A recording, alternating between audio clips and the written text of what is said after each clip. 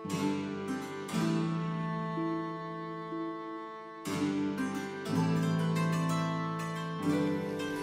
people, how you doing? I'm very excited. This is my best ever video. Best ever by a long way. Forget everything you've seen before. This is number one. Please share it. Very exciting. The pre-Egyptians, the founders of Egyptian civilization, are from Doggerland. We're going to prove that in this video. And, you know, people say, Charlie, you never prove anything. Oh, you're going to be convinced.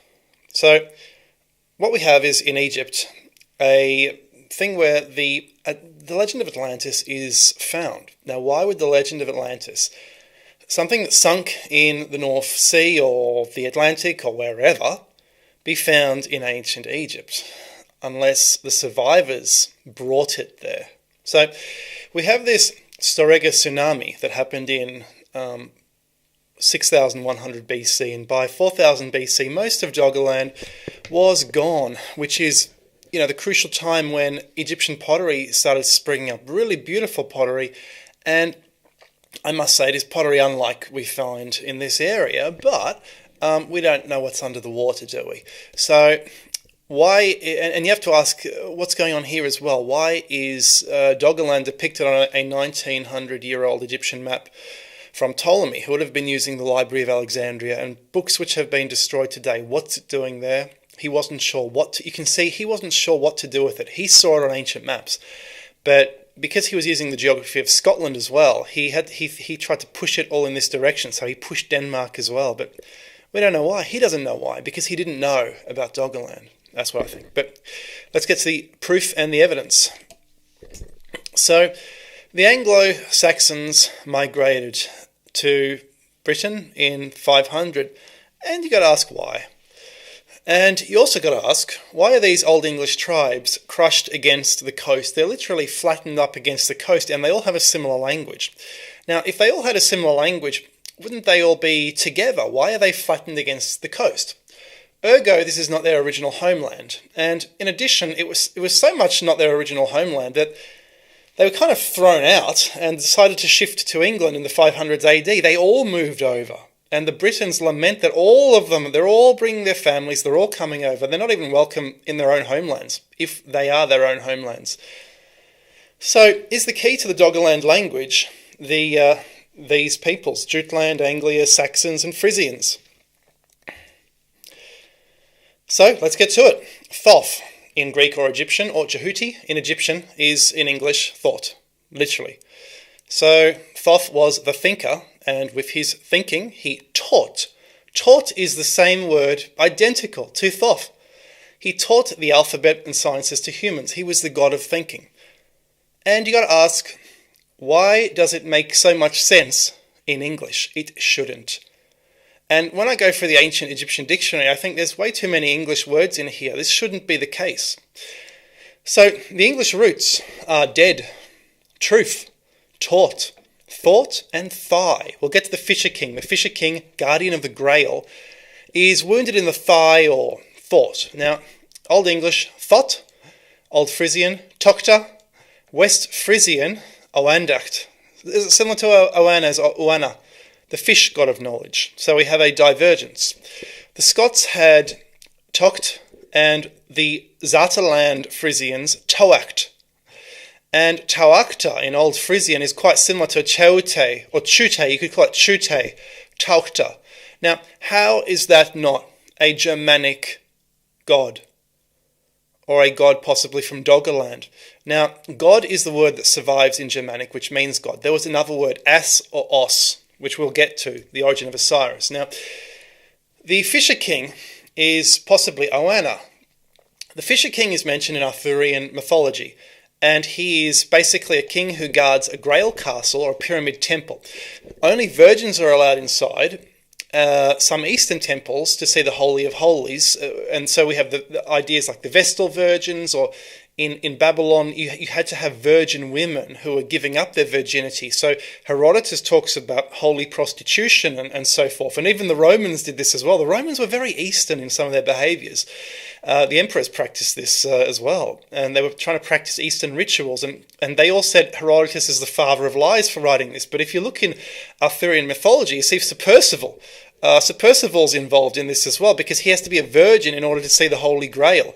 And here we have possibly part of the thigh exposed. So the Fisher King in Arthurian mythology is wounded in the thigh, hence wounded in his thought. He cannot think, he cannot function. So we see a divergence from some Doggerland myth. Now, Osiris, like other Egyptian gods, has no Egyptian etymology. And this is the problem with gods you find in Egypt. They don't mean anything in Egyptian. Osiris means nothing in Egyptian. The ancient Egyptians don't know what Osiris means. They don't know where he comes from. And this is a problem you see with Egyptian mythology. It doesn't make any sense. It's unsatisfying. If you try reading it, it's a mess. It's a mix, and there's no plot flow. It's unsatisfying, and it feels cobbled together with no satisfying stories or profound explanations. Egyptian mythology is therefore a mishmash of mythologies rather than a unified course in world origins. So let's get to Osiris. In Greco-Egyptian, it's Osiris. In pure Egyptian, it's Asar, which is the name in Germanic of the genitive of os, Asar, of the god, plural Asa. The Asa made war against the Vanir, and then they combined. We don't know the Vanir gods, so presumably they lost the war in heaven. So Odin, Thor, Freya, etc., they're all part of the Asa. And of course there's the Russian god, Jack Frost, known as Dead Moroz. And the Moroz is so similar to Osiris in form, and they even look the same. They look like the same god, which is quite bizarre. So there is something very ancient. So Asar is Osiris, Asar. And that is a pure Germanic word. Now, Isis in Greek, in Egyptian it's either Ast, but I've also seen Usa. It's related to the Acer, or the Germanic pantheon. A terminal A also implies a feminine. So the Acer plural is Asinia. So Isis seems to be a queen of the female version of the German pantheon, as Osiris is a king of the male version of the German pantheon. Buddha. Now, Buddha, if you look up Buddha in Google, it says it means enlightened. And I'd like to be Arnie now and say, wrong. Because in English, Buddha means body literally, and that's just what it is. All images of Buddha emphasize the size of the body, or the body itself. You see all of the body. You see the height. You see Buddha as a giant. You see Buddha as a fat man. What he really is a mummy waiting to be resurrected. That's why he's always depicted as meditating and sleeping. So he's actually waiting to be resurrected. But you don't learn that. You just learn that he's meditating, or he's enlightened or something like that. But he is Egyptian Ptah. And Egyptian Ptah is basically a mummy wrapped up, a body in Egyptian, but body in English. So the body of the Lord about to be resurrected. So the question we have is, why can it be explained in English, just as, say, Thoth can also be explained in English, or even Osiris using Old German or Old English or Old Frisian? What is going on? And we have other roots, like, for example, body, part. Osiris was cut up into parts. Ptah is basically the older form of Osiris, cut up into parts, into odd parts, another form of this root. He was cut up into odd parts. What is going on? So, when we look at, we can now reconstruct what is missing from Egyptian mythology and explain what the Eye of Horus is, I think. So, Horus is a sky god. Now, the Eye of Horus is this picture in the background. What's going on? Why is there one eye? Now, Horus is the sky god, and he's always depicted as missing one eye, and the Egyptians don't know why. The Egyptian legend is simply that the eye fell out in battle with Seth, so there was a war in heaven. Now, they say the darker patch became the moon, and the bright eye became the sun, the eye that was still there. And it's totally an unsatisfying story. And we don't know the implications of the nuances of the story. The Egyptians seem uninterested or not to know. So what became of it when it fell to earth? Now, an eye is the same root as egg, which is very interesting, because in Asian legend, the egg is fertilized by heaven. So in German legend, Thor, the sky god, is Horus, Thorus. We have Horus as a sky god and Thor as a sky god. But actually what's going on is it's Odin in German legend that's missing one eye. So there's been a mix-up has happened over thousands of years. So Odin is the knowledge god, thought, but with the name of the resurrection god, body, Odin Buddha, and he's not a sky god. So he's totally mixed up. So is there a problem with this? No. It's mixed up a little over time, but there's a reason that it's Odin that's missing the eye, not Thor. So let's get to the reason. So you see, in Asian legend, and those who are familiar with monkey magic know that first there was thought, the name of a cosmic egg. The cosmic egg became magically fertilized. From this hatched a stone monkey.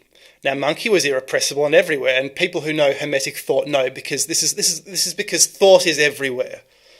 Now, he's a joker god, he's crazy, he's similar to Loki, but he helps mankind, and being cast from heaven, he was mankind's god. So, in Egyptian, Thoth is represented as a monkey. This explains why Thoth is represented as a monkey, but also as an ibis, like a moon, also the god of knowledge, because the ibis has a beak of the moon. So, this implies the Asian legend, just with the Buddha-Ptah connection, was in Egypt and can be used to reconstruct lost Egyptian mythology, explaining what became of the lost eye of Horus. So, here's the thing, Thor is called Okothor or Asathor. Now, Okothor means eye of Thor, because, now they say, if you look up the etymology, they say it means cart Thor, and they're only looking for a pure German word because they're being extremely narrow-minded. We know that English is full of French words, Latin words, etc. This is how languages work. So let's use a nearby lingo. Oko is eye in Polish, but jajko, which is similar to oko, is also egg in Polish as well. So eye and egg, they sound very similar, just as eye and egg sound similar in English. So if you lose an eye during a war in heaven, it means it falls to the earth as an egg. It therefore appears that Horus must have dropped his eyeball from the heavens, which became the first cosmic egg, from which the stone monkey appeared. Thoth is also depicted as a monkey, as well as ibis. He is thus the joker god Loki thrown from heaven, as well as knowledge god. We can thus reconstruct the fragmentary Egyptian myth in this way.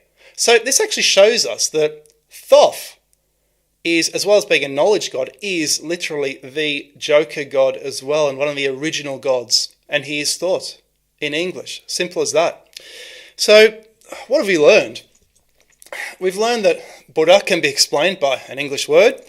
We've learned that Isis can be explained by Germanic mythology. We've learned that Osiris is also Germanic mythology. We've learnt that Osiris doesn't mean anything in Egyptian, but it means something in Germanic. We've found the stem of a branching outwards of the fish king Oanna, as well as Thoth, from a difference in Frisian words, Oandact and Tokta, possibly. This is possible. And we've also seen that Thoth is an English word. So is this a Doggerland connection? So, where did these tribes go in ancient times when they fled? It seems some fled to this area, and some may have fled into the Mediterranean, bringing the Atlantis legend with them. I reckon that is some damn solid evidence, and some of the most solid evidence I've presented on this channel, that the Atlanteans founded ancient Egypt. Thank you very much.